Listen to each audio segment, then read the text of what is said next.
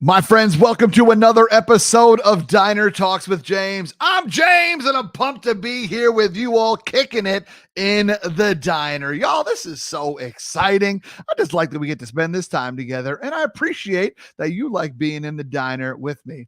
What's funny about podcasts is I have literally no idea who you are, but I like being here with you. So thanks for being here. And if you ever want to let me know who you are, like who listens to this, I welcome that. Feel free to shoot me an email, james@jamestorobo.com. I'd love to get to know you and just hear your thoughts about this as I continually try to improve and desperately seek the approval of others.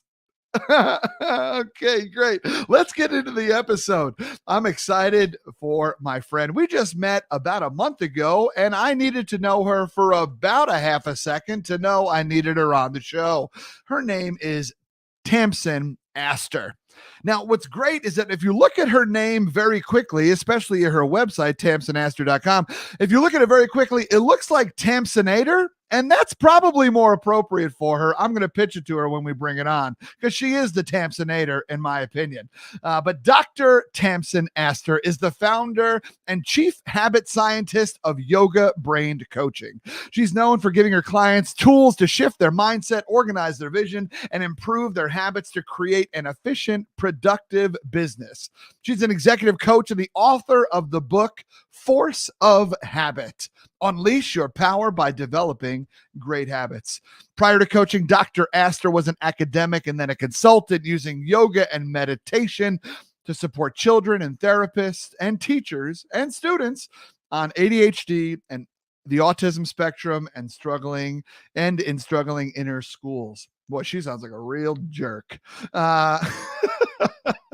Tamsin is also the badass mom of 3 beautiful tiny humans and lives just outside of Cleveland, which will become very evident when you hear her accent. All right, here we go, my friends. What's going on? Dr. Tamsin Astor. Hello, James. I'm so pumped to be here. And your intro just made me fucking crack up. So I'm just like pulling it together again now. What's going on? Tamsin, we met very briefly, and then I was like, so what's good? You trying to be on this podcast or no, ma? Like, I was like, yeah, where's the link? Invite me right now. We literally did. That may have been the quickest I've ever invited somebody onto this show. Yeah, I just loved your energy. Your outfit was on point. And as a fellow fun glasses wearer, and a buck the system kind of person, I was like, let's rock. That's all I needed to know. Right. Yeah, no, that was such a fun table to be sitting at NSA. Yes. NSA, the National Speakers Association. We did have a great time a little while back in Nashville. Yeah. And Tamsin, have people pointed out that your name, when all written out with no space in between, looks like Tamsinator? Does anybody else say that? Actually, I'll tell you the one that I've had is Tam Sinister, which is that's a slight variation on that, but I like that. But when I was younger, I used to go by Tammy, and Tammy Astor people thought sounded like, a man-made material, like, polyester or whatever. And so they were like, are you like, a material? I'm like, no. Am I a material? I mean, we could get into the metaphysics of that, right? Because I'm a Buddhist and think about my material being, but no, I'm fully grounded in this plane right now. That's funny. I was thinking about getting into the capitalist of it all and talking about being a material girl and how fresh we dress. So either way, yep. Speaking to someone who bucks the system, shout out to Madonna, longtime listener of the podcast, I'm sure. My second ever concert that I saw live too. Are you serious? I saw her. My first was Prince when I was 16, and he descended from the ceiling on a satin sheeted bed at Earls Court Stadium. And then Madonna when I was 17, 18, again, 17 around that same time, Wembley Stadium. Yeah. Your first and second concerts ever were Prince and then Madonna. And I'm then assuming Chuck Berry. You've never been to another concert. Why would you go to like anything else and be like, yeah, it was fine, but have you ever seen Prince? You know who I went to see last night? Rage Against the Machine. You went to that show and Run the Jewels came out. Yeah. Mm-hmm. Run the Jewels, one of my favorite hip hop groups in the country, and Rage Against the Machine, obviously incredible. Yeah. So that's what I was in the pit last night. In the pit. I love it. Elbows up, spikes down. Yep. That's incredible. Well, that's amazing. That's all I needed to know about you. I've learned all the rest of the information I need. Well, if you ever come to the Twin Cities, I hope that you will let us know for many reasons. One of them being we'd love to take you to Paisley Park and show you where Prince did his thing and show you his studios. You get to walk around and record your version of Purple Rain if you wanted to. So, yeah. I love to talk. Singing, I'm very much a backing vocals kind of chick. We all have our place. Nice. Tamsin, this show is called Diner Talks with James. It's about those late night conversations with the friends we never want to leave over the food we probably shouldn't be eating. And so I'm wondering if you and I were able to get together wherever you want. If you want to talk about the suburbs of Cleveland, we can. But if there's just when you were younger, I'm curious, what is your late night guilty pleasure if you were able to choose? Food-wise. Please. I mean, I can't talk about okay, all right. So growing up in London, when I was in college, one of my guilty pleasures with my girlfriends when we would come home would be a massive pot of really strong tea, PG tips that we'd have with milk and like way too much sugar, at 2 a.m. And then with that, we would have Heinz baked beans, which are so much better than American Heinz baked beans, which have like so much freaking sugar in them. So the English Heinz baked beans with lashings of Worcester sauce and crushed black pepper and fried eggs. That's what I used to eat with a big mug of tea at 2 a.m. So yeah. First off, I love how you judged Americans for the amount of sugar in our baked beans right after you finished telling me how much sugar you put in your tea. You're like, this is far too sweet for me. Choice. You see, I get to choose where I put my sugar, right? When you go to the store and the sugar's already added, you don't have the choice, dude. No, yeah. No, the American dream's a lie. We tell you exactly where your sugar's going to be.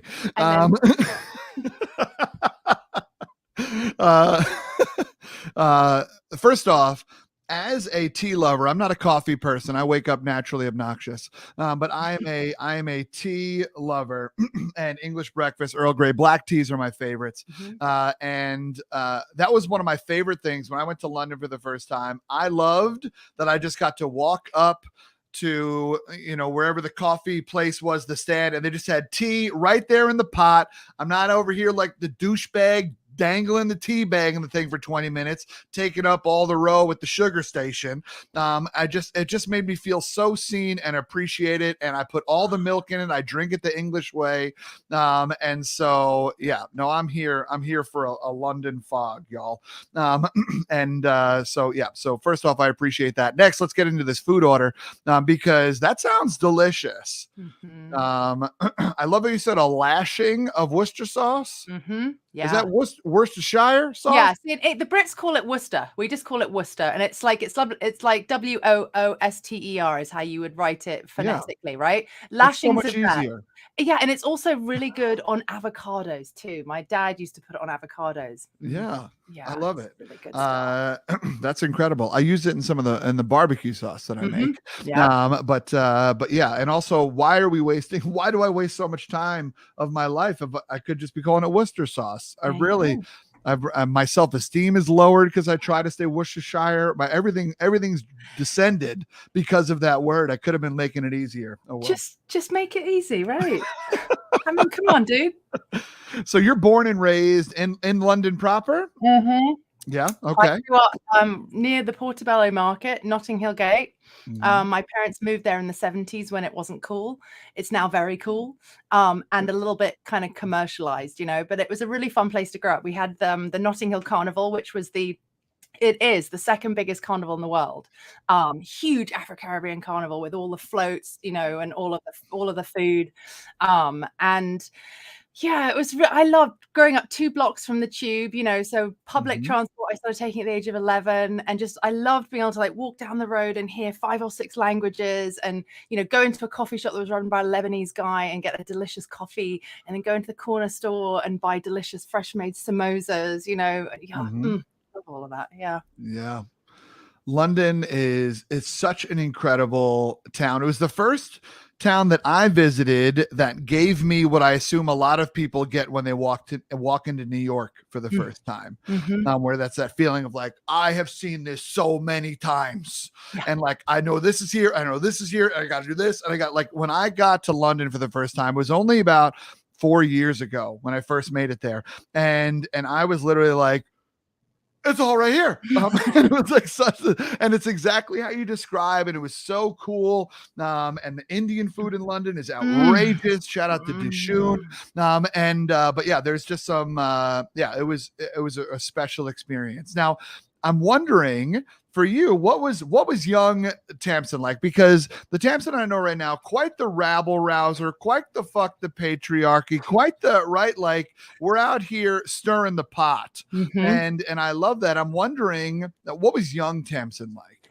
So I was very lucky to grow up in a home with parents who treated me and treated my thoughts and how I showed up kind of intellectually and emotionally in the world with sort of a prime focus, not, how I looked. It was more about how I treated people. So I grew up in a home where my father's a Jungian psychoanalyst. So we always had really fascinating people in the house, architects and musicians and writers and, people who did all of these fascinating things. And I was always invited to the dinner table to have conversations with them.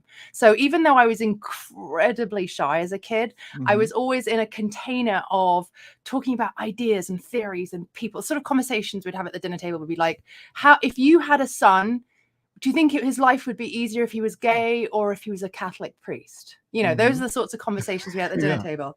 I was also very lucky to grow up in a home where every weekend I spent on a farm an hour and a half from London. So even though I was very much a city girl and knew how to navigate London life and all of the kind of things of being in a big city, I'm also somebody who spent every weekend climbing trees, helping lambs being born, riding horses, being like not wearing shoes, fishing and digging around in the mud. So, and, learning to drive a Jeep in a field when I was about 12. So I had a really amazing childhood of like totally like embedded in a city world, right? But also total comfort with, nature. That's incredible. The pure visual of you helping lambs be born. Like that is like, what a sentence to say, right? Like, you're welcome. What'd you do yesterday? Help the lamb be born. Yeah. You'll never be as delicate as me. I embody the word grace. Like that. That's incredible. And yeah, what a special dichotomy. What an incredible moment. And so you're having these deep conversations at a young age, and it also sounds like you were at a place as more introverted where you enjoyed a good thought, right? Yeah. Thinking about it, your internal processor. Yeah. And so, some people in those stages at that age, especially like, oh, mom and dad, this is so stupid, right? Like the trips. I remember when my wife talks about traveling to Europe when she was younger on this thing that she got to be a part of called People to People. Then she was in Paris, in Italy, in London, and all over Europe. And she was like, we just could not wait to try McDonald's in every place, right? And that's just what the people of that age sometimes are like. But you're over here having deep talks with jazz musicians and Jungian psychologists. Was there ever a point where you were like, oh, my parents are lame, I want to go whatever? Or were you like always like, oh, this is what an incredible dialogue we're having, everybody. Bravo. Oh, fair point. No, so of course, like every teenager finds their parents like fucking mortifying at some point. But I was one of those kids, teenagers, young adults who, got my homework in on time, emptied the dishwasher when I was told, even if I did it with a real sort of grump on my face.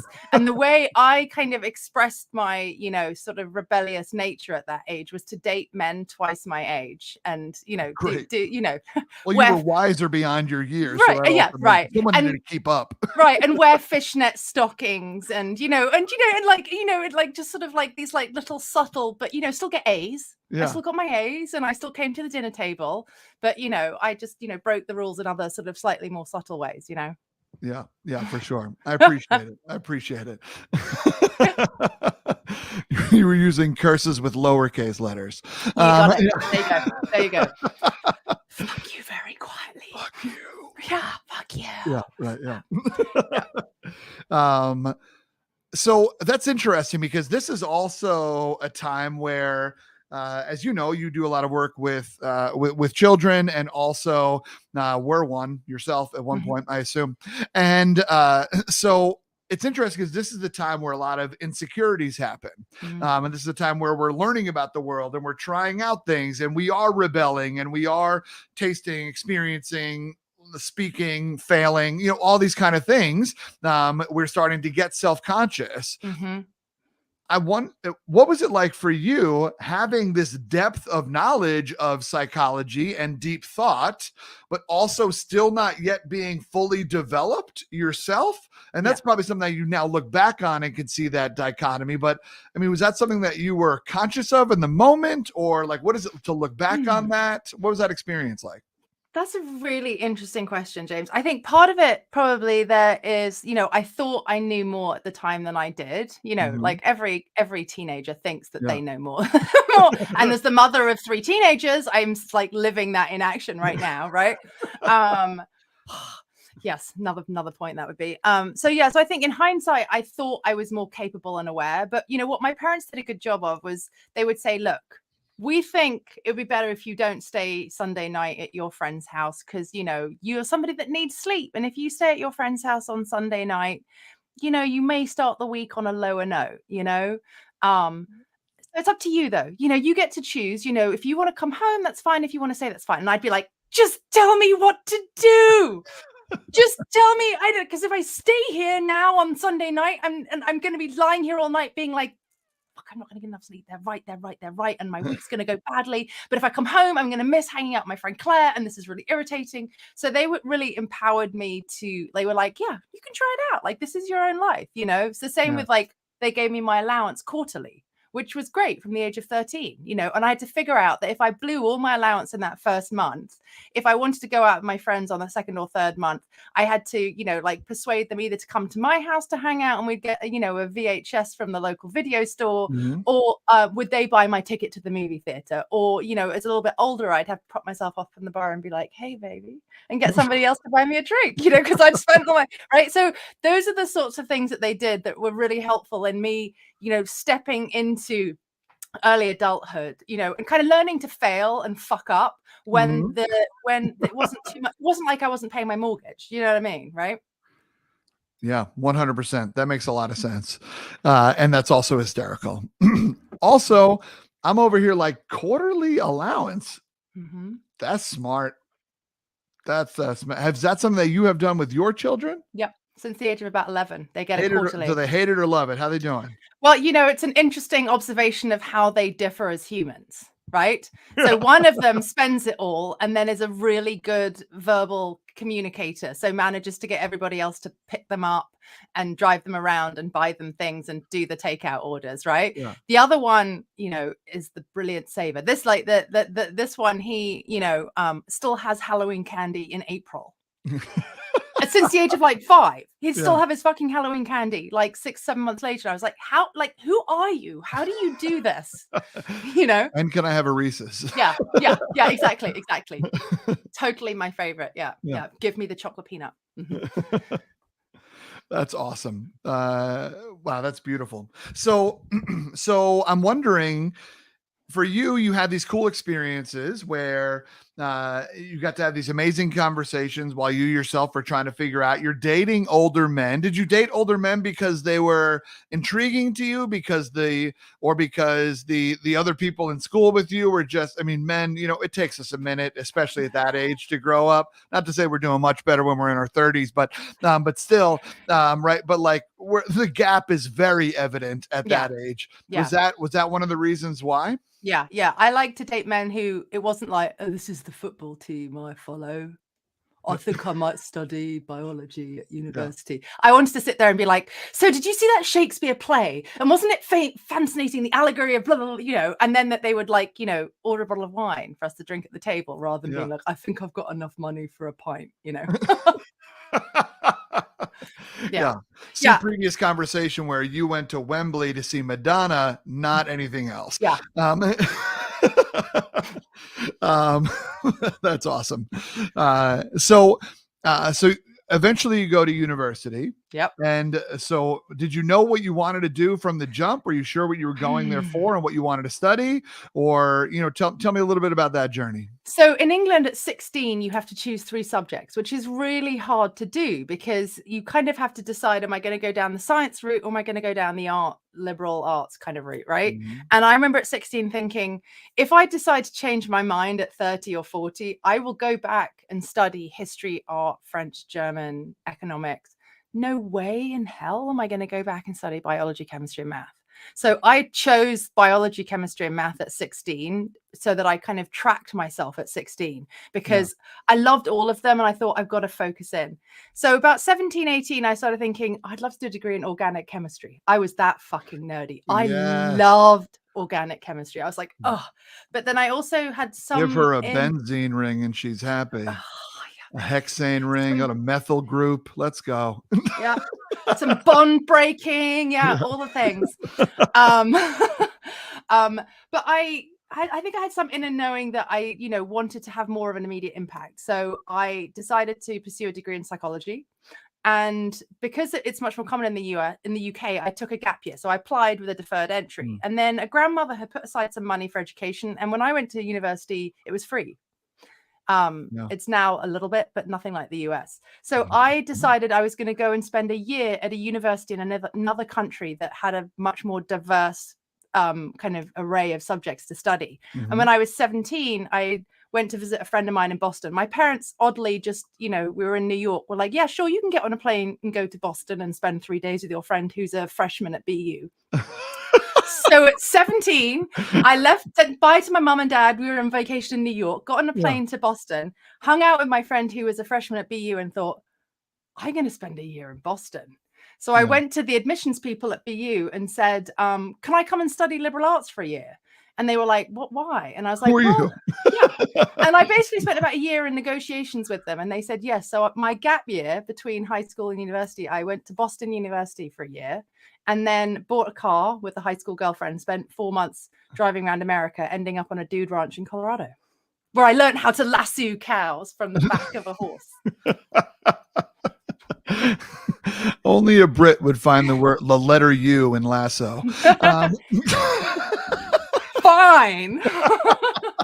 The stick and use in random things.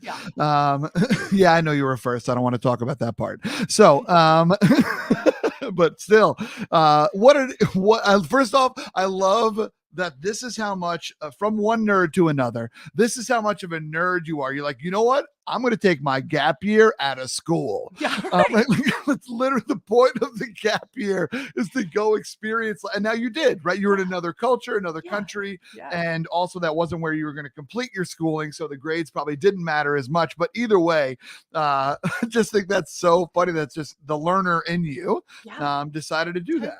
Totally. Yeah. And I like set my classes up between 8 a.m. and noon. So I take my class 8 to noon, come home, nap, party. I went out dancing every night until 2 a.m. I loved all those clubs in Boston. Come home at like 2, 3 a.m, sleep, go to class. And then every weekend I'd, get on a Greyhound or an Amtrak to DC or to Virginia or to New York, and I basically crammed 4 years of college into 1 year in America. That's incredible. And plenty of places to get in trouble in Boston. What a great time of your life to be in Boston too. Boston's like one huge college town. And with the exception of their sports teams, I love that city.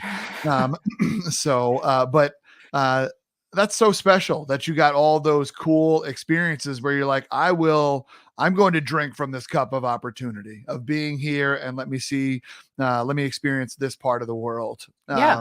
So that was awesome. I think it's really important. I think, it's one of the things that I see here a lot in the US is people, and then when I emigrated from the UK to the US at 25, my ex-husband and I spent 4 months backpacking around Australia, New Zealand, South Africa, and Japan. So I'm a big fucking traveler and I believe in it in terms of education for my kids, in terms of putting yourself in a culture where you're a minority, putting yourself in a culture when you don't understand the language, all of that.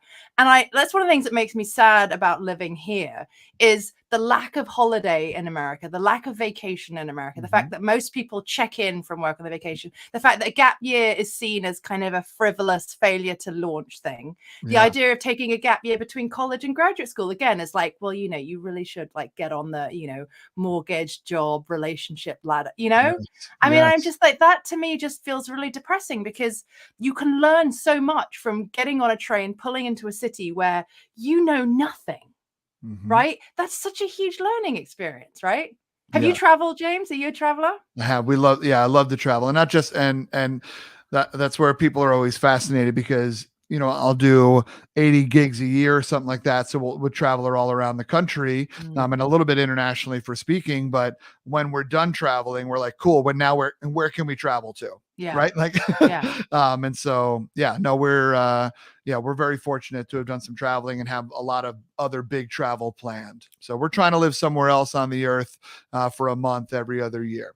Awesome. And so be there for a month to actually get in there. Right. And dig in. great. Yeah. So that's, I'm a huge proponent of what you said. I even think that in the college and university program in the States, you know, we have the study abroad option, and not enough people are doing that. And whenever I get on stage and talk at a college or university, I talk about how my biggest regret in college was that I didn't study abroad, and I didn't study abroad because I didn't want to miss out on what my friends were doing.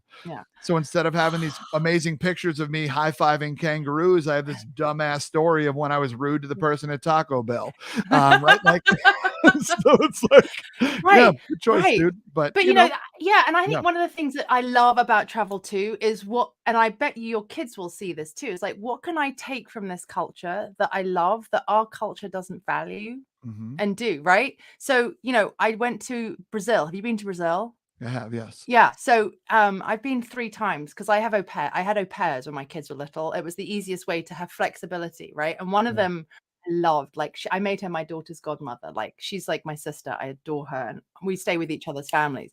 But I went to stay with her in Brazil one Christmas, and we went to get her hair cut, and she's brought her 9-month-old to the salon. I was like, you can't bring your baby to a hair salon. She's like, oh, it's fine. I was like, but what about when you're having your hair washed? She's like, somebody else will hold her. And I was getting a mani-pedi. And I remember being there, and she just hands her daughter to the receptionist, who like holds her on her hip for a bit. And then she has to deal with someone who passes her to a granny. And I'm like, this is so fucking different. Can you imagine in America, right? A woman turning up with their baby and just being like, hey, would you hold my kid while I'm having my hair washed? You know? No. So this like collective energy of like, we're all here to support each other, particularly the moms, you know? Oh, I'm like, yes, more of this, please. Right. Yeah, for sure. Yes, and I think it's interesting. I'll be curious if your thoughts on this. Let's go in here. Is that I think that if someone did walk in and be like, "Could you hold my baby for a little bit?" I think the receiver of that would be like, "Yeah, hell yeah, I got you." Sure. But it's just, we've been so ingrained to not be a burden, to be able to figure out it on our own, and also the protectiveness and the conservatism of that happens with a lot of that thought. I don't think it's on the receiver's end. I think more people would be willing to help and be a part of, you know, a friend of mine bought a dish towel. It was a dish towel that said, I heard parenting takes a village. Do I call the village? Does the village just show up? Like, where's the village? Is there an email address I can look at, like, ask for said village? Right. And it's like, no, they're there. Yeah. But we've just been told to, you know, figure it out.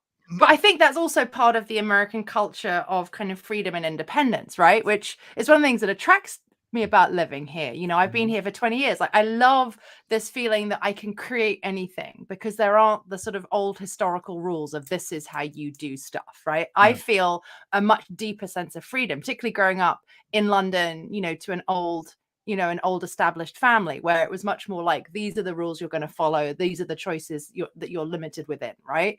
Here I have that sense of freedom. But the problem with that kind of freedom and independence, and I can do it anyway myself, is it creates the downside of that is asking for help and support, you know. And it's one of the biggest things I say with my coaching clients, you know, of people being leery of delegating and going, help.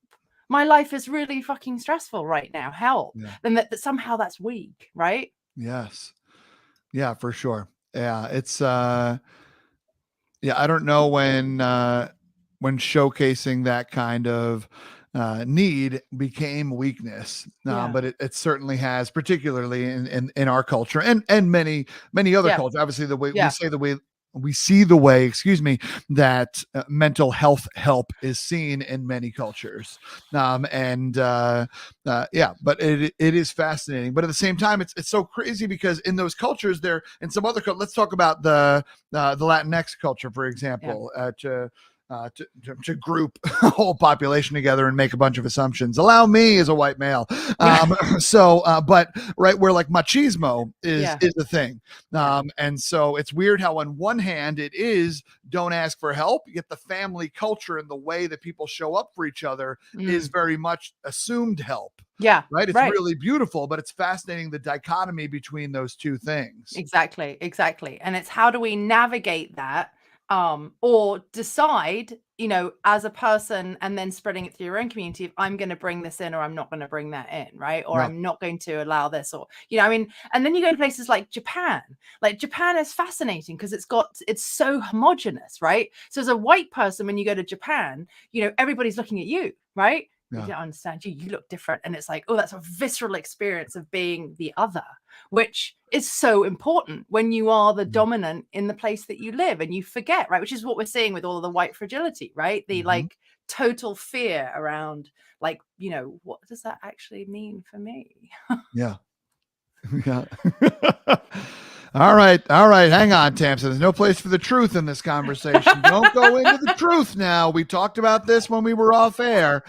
Hang on. White fragility. Is it real? Yes, it is. People, get with it. So, and your failure to admit it is proof. So, the thing is, is that we are a work in progress for sure, and all cultures are. Right. And that's why I love the way you put it, where it's like you got to take things from each one. We figure it all out. That's why I don't know one dish where it's only one spice. Right. How boring would that be? Yeah, for sure. Yeah. Give me the cumin potatoes.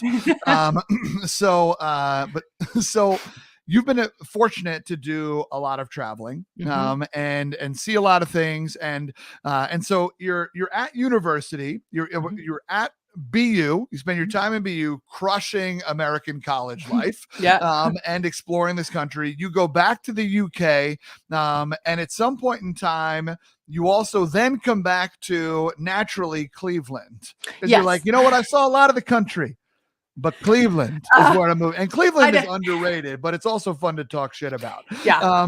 But I love the town of Cleveland and its areas. But tell me what happened between university and Cleveland. So I finished my undergraduate degree and decided that the two options that most of my friends were going for, which was either the city to be a stockbroker because we did a fuck ton of math, or marketing advertising, was so not appealing to my sense of who I was in the world and what I wanted to do and how I wanted to impact people, that I was trying to persuade my parents to fund a self-discovery trip around Nepal, India, that part of the world that I hadn't yet explored. Yeah.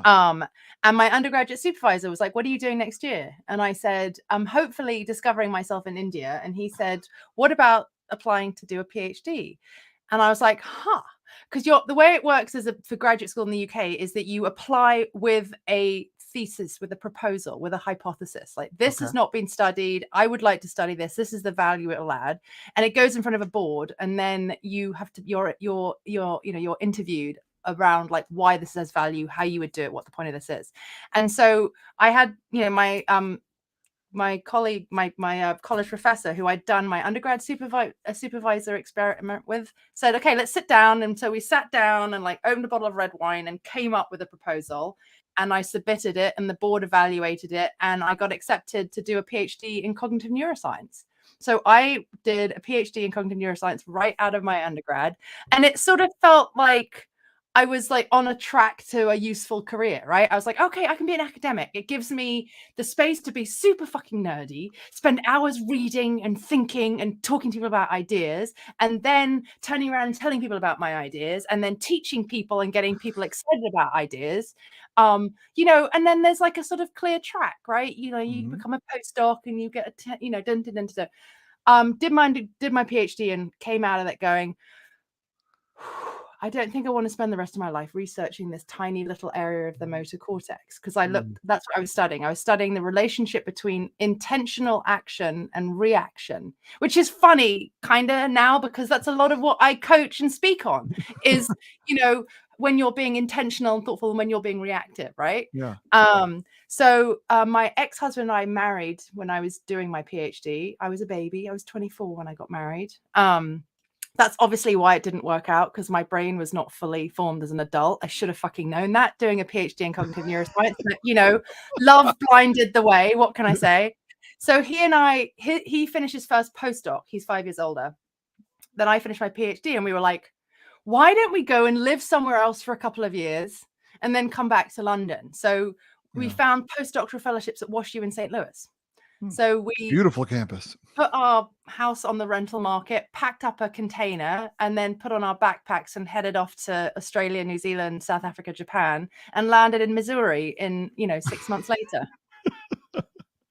Yeah, for sure. That's the straightest path you could have taken. Yeah, right. Missouri from London, I think. Yeah. Yeah. The way the crow flies, as they say. Right. Exactly. That's incredible. And so you wound up in beautiful Missouri. WashU has one of the more beautiful college campuses in the country. It's also an incredible institution. St. Louis is a barbecue fan. I'm into. And so what an incredible experience. Now, you had been to the U.S., obviously, A, prior on holiday, B, because you lived here for a year in Boston. And had he been here before? Had he spent any significant time? Yeah, so he's a dual national. His mother's American, and he'd grown up spending every summer on Block Island, which is a little island off the East Coast. He's actually there with my kids right now. So it's one of those, it's opposite Long Island and like Point Judith. Yeah. Yeah, for sure. Yeah. Having grown up on Long Island, I know exactly where where Block Island. Well, there you go. That makes me really happy. There you go. They're all there right now sending me photos of lobsters. I'm like, oh, fucking jealous, man. Yeah, right. Yeah, it's a beautiful area. It's a perfect time to be there. That's awesome. Yeah, and actually we wouldn't have been able to move if he hadn't had an American passport, because we moved March 2002, right after 9/11, when they were shutting the borders in this country. So I managed to get a green card because I was married to a citizen. That's huge. So now you, as you mentioned, you have your doctorate, and your website talks about you being an academic in the past, because now you are a coach. You are getting into speaking, or have been in speaking, and you have a lot of other cool things going on. You're a yogi. All these, all the layers of yogidom that you have explored, and you've brought in a lot of, as you described yourself as Buddhist as well, and so clearly it's been a little East meets West. Yeah, baby. Tell me when that happened. So I think partly I grew up in a world where that was accepted. My grandmother was very witchy. She was psychic. she was like, darling, I'd have been burned at the stake if I was born 300 years earlier. So she was very witchy and knew things that happened before they were going to happen, and was into homeopathy and essential oils. And then, my dad was the sort of, atheistic Jungian analyst. And then my uncle was an OBGYN. So I grew up in a world where all of these things could coexist. When my second child was diagnosed with cancer in 2008, when he was 2, I found myself getting all of these symptoms that all of the allopathic doctors couldn't put a finger on, insomnia, food allergies, weight loss, weight gain, hives. And their response to all of this was symptom suppression. And so I'm not averse to Western medicine, but I said, look, I don't want to take drugs to suppress symptoms when you don't know why. There's no root cause. And so being the sort of independent, rebel riser, I was like, no, I'm not going to take any of these. I'm going to figure out another way. And that's what led me to Ayurveda, which is the sister science to yoga. And it's very similar to traditional Chinese medicine. It literally means Ayurveda, the science of life. And it's a lot of it's about energy and systems and routines and habits. And I started practicing a lot of these and realized that I wasn't going to bed and getting up at the same time every day. I was starting the day reacting to the needs of everybody else in my life, not starting the day on my own terms. I wasn't exercising at the same time every day. So I wasn't really taking care of myself. And the more I did this and the more that my symptoms all went away, I was like, this is fucking brilliant, right? So I got certified in Ayurveda and then became a certified coach in that model because I saw the impact it had on me. And I think the thing that really, really hit home for me was the difference in definition of what it means to be healthy. In the West, healthy is absence of disease. Mm-hmm. In the East, healthy is, are you seated in the self? Right? It's a very different way of thinking about what it means to be a human and what it means to be aligned and healthy. And so that's how I ended up getting into that. But 10 years ago, trying to be a health coach with that lens in Cleveland, Ohio, because by that point we'd been in Cleveland for 5 years and my ex-husband was a tenured professor, or tenure track professor rather, at Case Western. He's now a tenured professor at Case Western.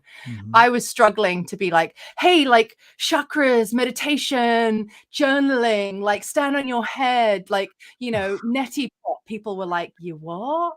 So I got certified as an executive coach, and I had two businesses. I was the executive coach and I was the health coach, and I had suits and I blow dry my hair, and I didn't fucking iron because I hate ironing, but I still like attempted to look respectable and had my executive coaching business. And then I had my, like, you know, where I covered up my tattoos and took out my nose ring. And then I had my yoga health coaching business where, you know, I was like, hey, let's get into all of the healing, man.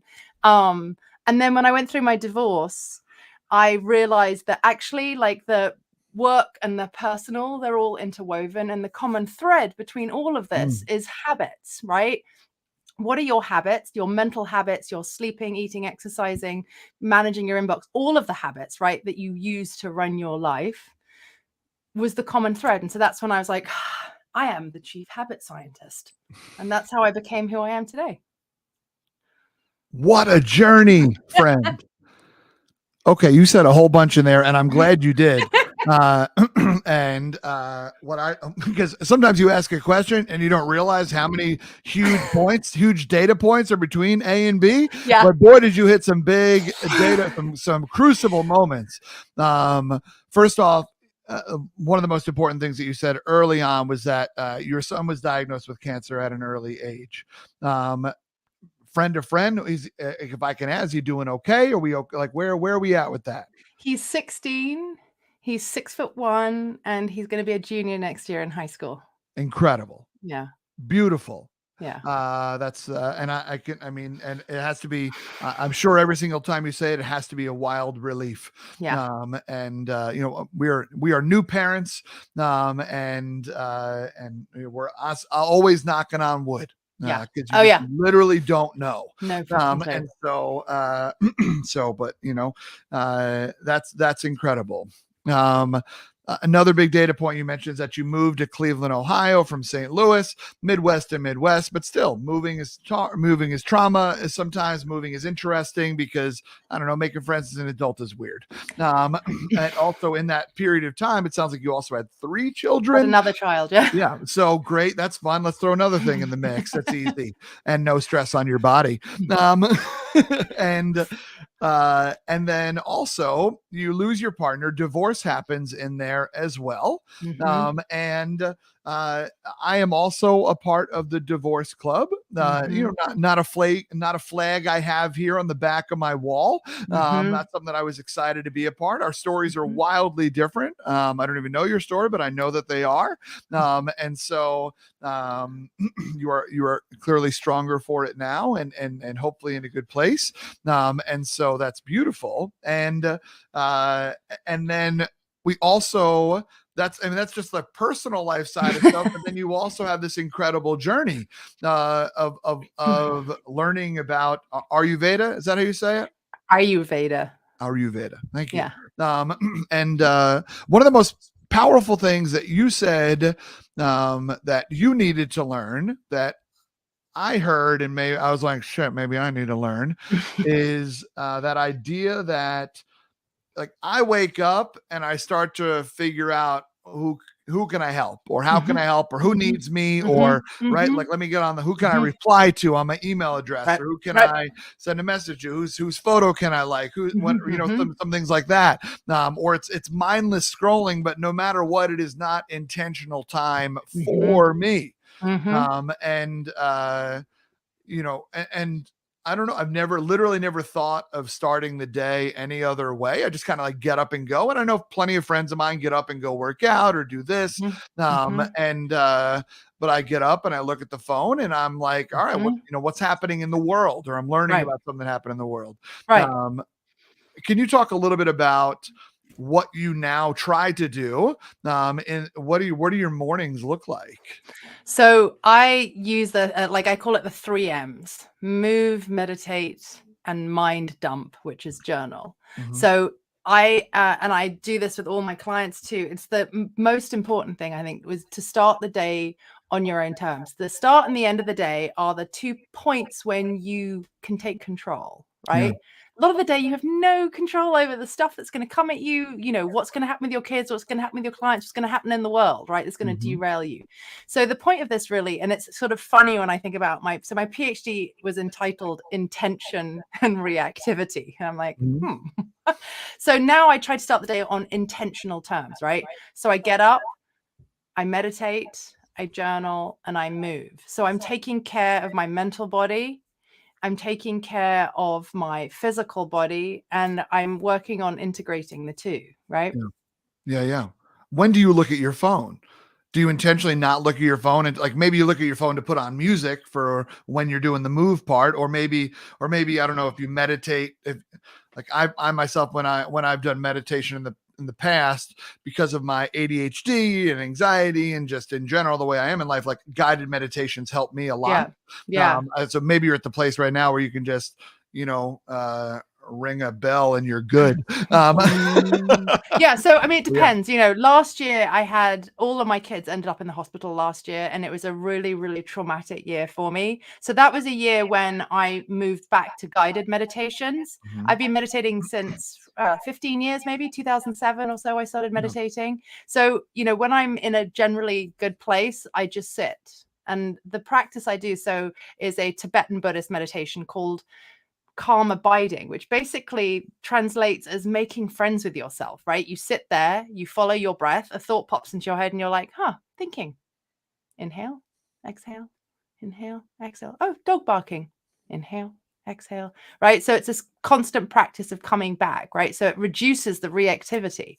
So when I meditate, I'm really trying to, get to a place where I'm extending the gap between stimulus, whether it's an external stimulus or my own, like, right? Yeah. And response, right? So that's why I meditate. Because the other thing about meditation, I fucking love all of the data. Like it totally turns me on because I'm such a nerd. That all of the modern science data backs up what Buddhists have been saying, what meditators have been saying for thousands of years, which is when you become friends with your mind, your levels of happiness rise, right? Success doesn't create happiness. Happiness creates success, right? The research at UCal shows that, right? Your blood pressure drops. PTSD is managed. The areas of your brain involved in compassion grow, right? Your amygdala response, the part of your brain that responds to fear, Mhm. the reactions of it, the response reduces the more you meditate, right? It's fucking amazing. It has so many roll-on effects, right?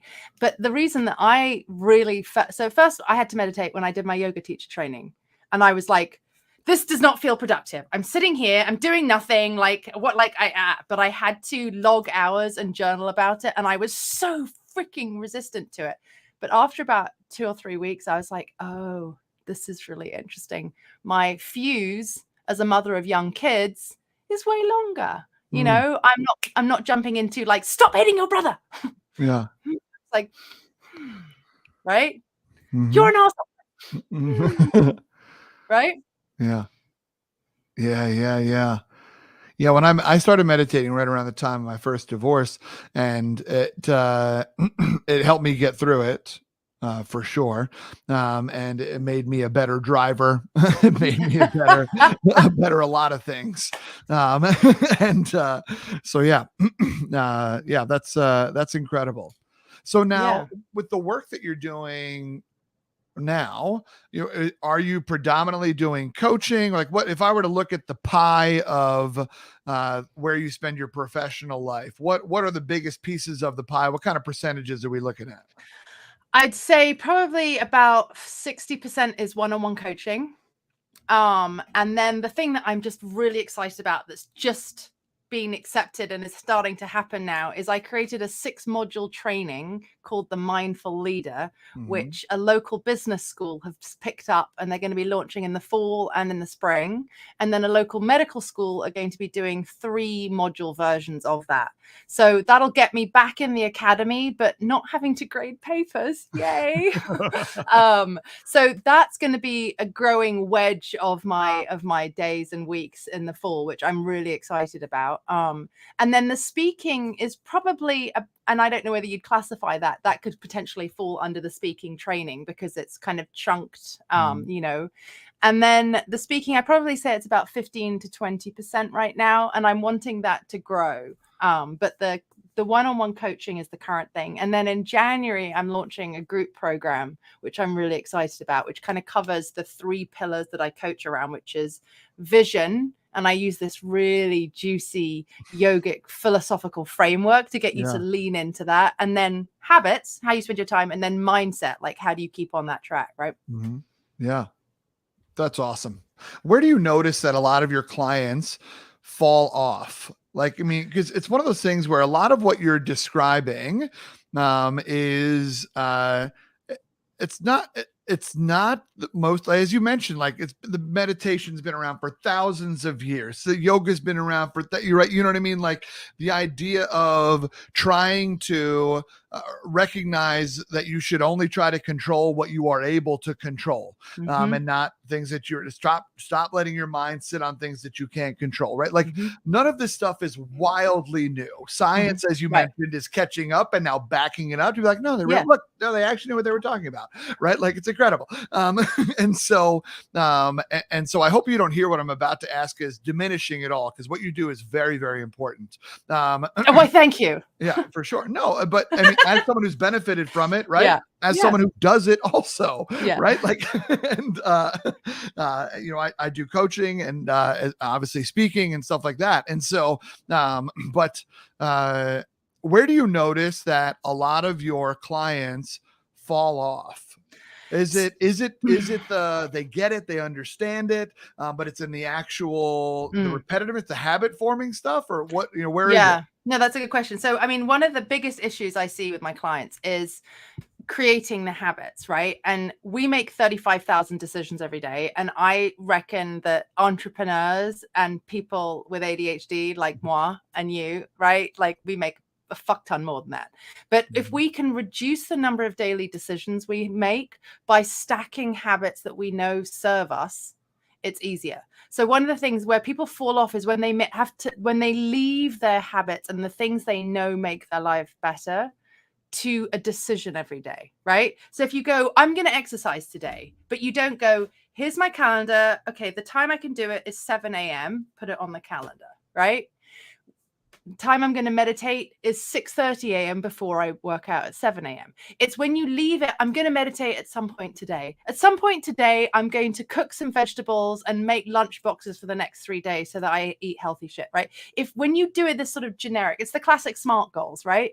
And with the other piece that is also really problematic, and we know from the data on New Year's resolutions, which is one of the biggest kind of data gathering for, I'm going to change my behavior. And then by February, 92% of people have fallen off the wagon, right?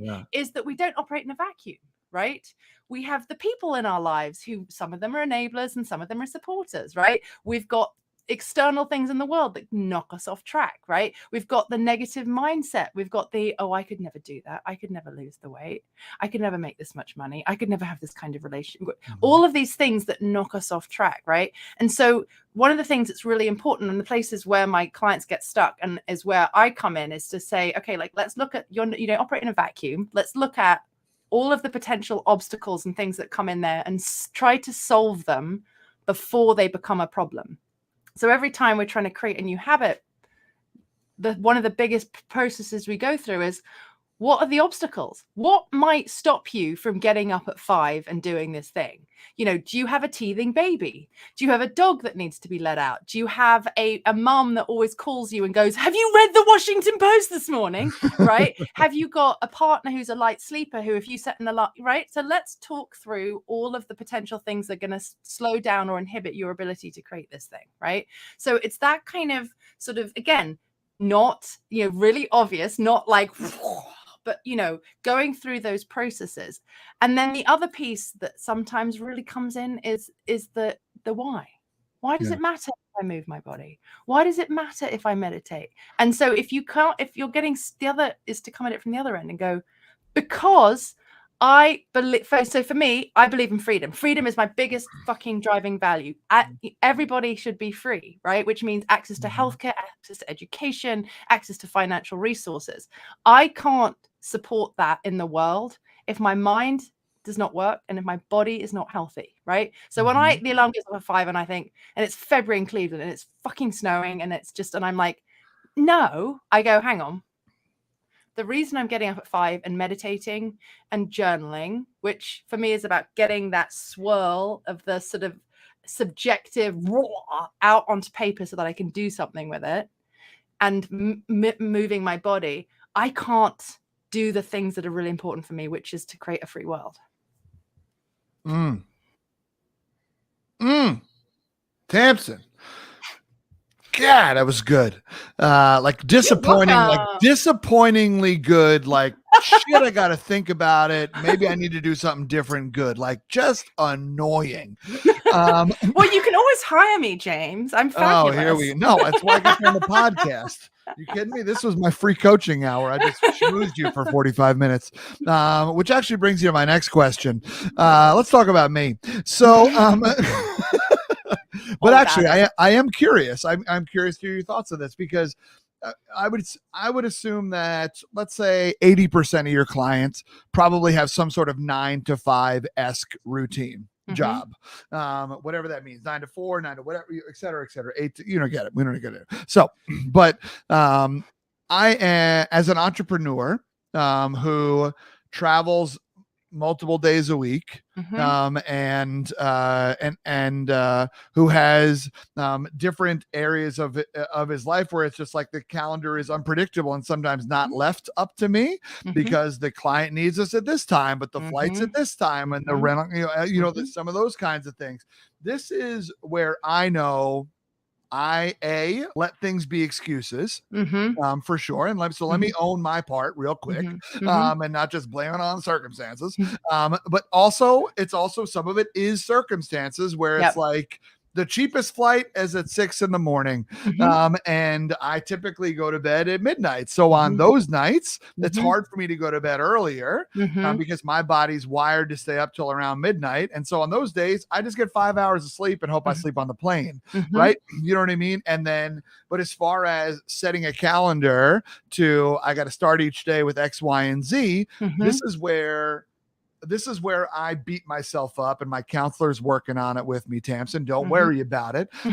Where it's like, I've convinced myself that I don't have discipline because I don't create these moments. And habit stacking is something that has definitely gained a lot of popularity recently, between your book and James Clear's book, et cetera, I love James. James was on one of my early trainings in 2012 when I did my Ayurveda certification. He came in and did a guest training because he lives in Ohio. You taught him this, is what I assume. Yeah, Atomic Habits is your fault, is what I'm pretty sure. Right?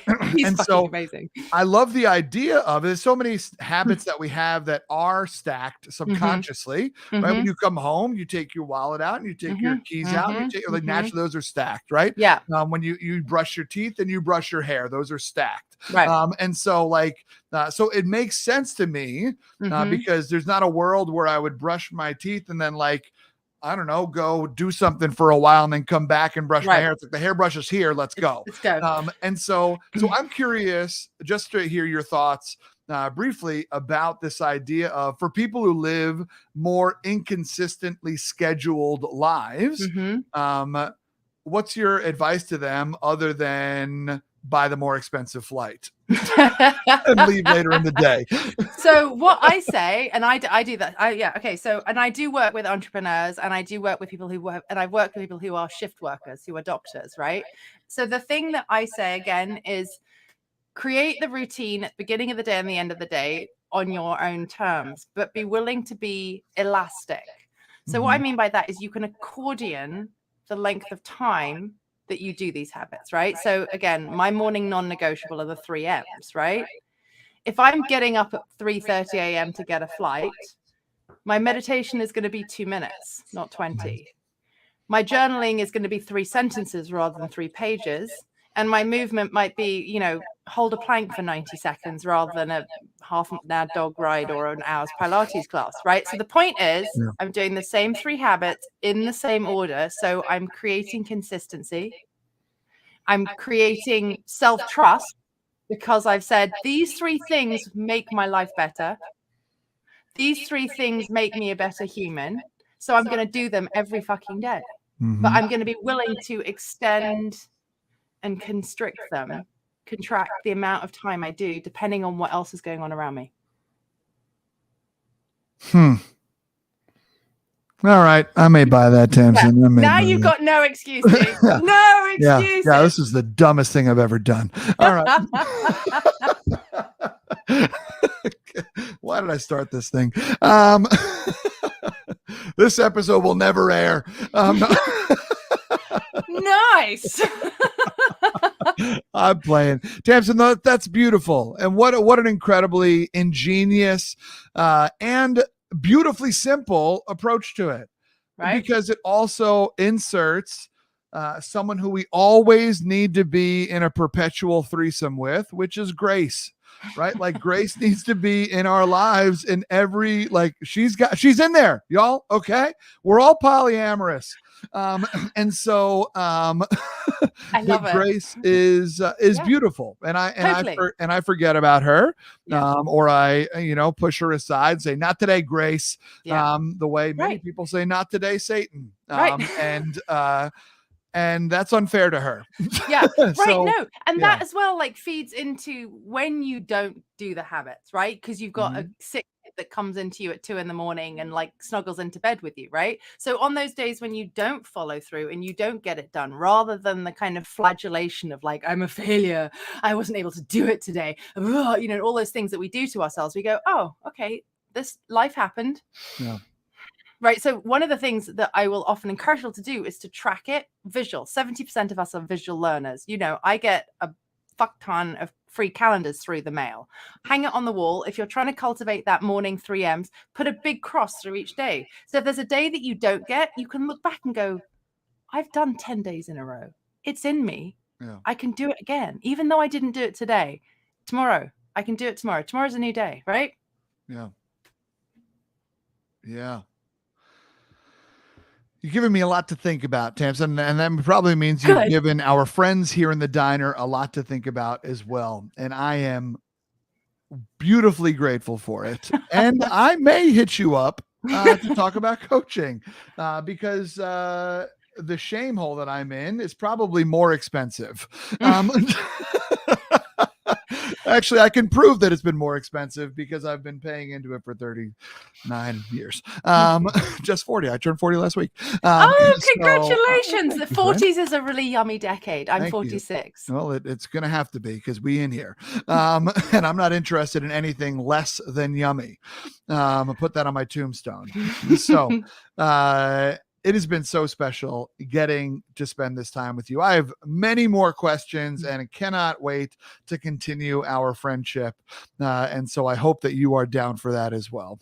I am absolutely down for that. And next time I'm going to ask you more questions and I want to hear what your favorite diner food is going to be. And I suspect it's going to have something to do with pancakes, but I may be wrong. You're right. I have a type, Tamsin. I do have a type. Tamsin, let the people know, where can they connect with you and learn about your badassery? You can find me on my website, Tamsin Astor or Tamsin Astor or tamsinaster.com. I'm a lot on Facebook too, same name, Tamsin Astor, and on LinkedIn. And I'm on IG So you can find me. Those are the ones. I don't do Twitter. People are too fucking mean on Twitter. I don't do Twitter. There it is, folks. You heard it here first. People are too mean on Twitter. Tamsin, thank you for spending time with us in the diner today. It's been really cool getting to know you and learning your brilliance. I really appreciate you. Thank you so much for the opportunity, James. Hell yeah, my friend. Y'all, that was my time with Dr. Tamsin Astor. Lot to think about, y'all. Maybe an inappropriate amount.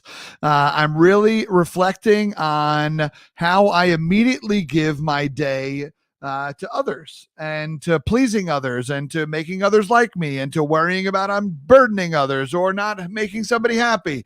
And it is fascinating to think about, what if I started the day with me? So it was really beautiful to think about. I loved hearing her stories. And I hope she still rocks fishnets and listens to Madonna. I'm pretty sure she does. Thanks so much for hanging out in the diner with Tamsin and I. It was really fun kicking it with you, friends. Until next time, do me a favor, keep punching small talk in the face by asking better questions. You all take care.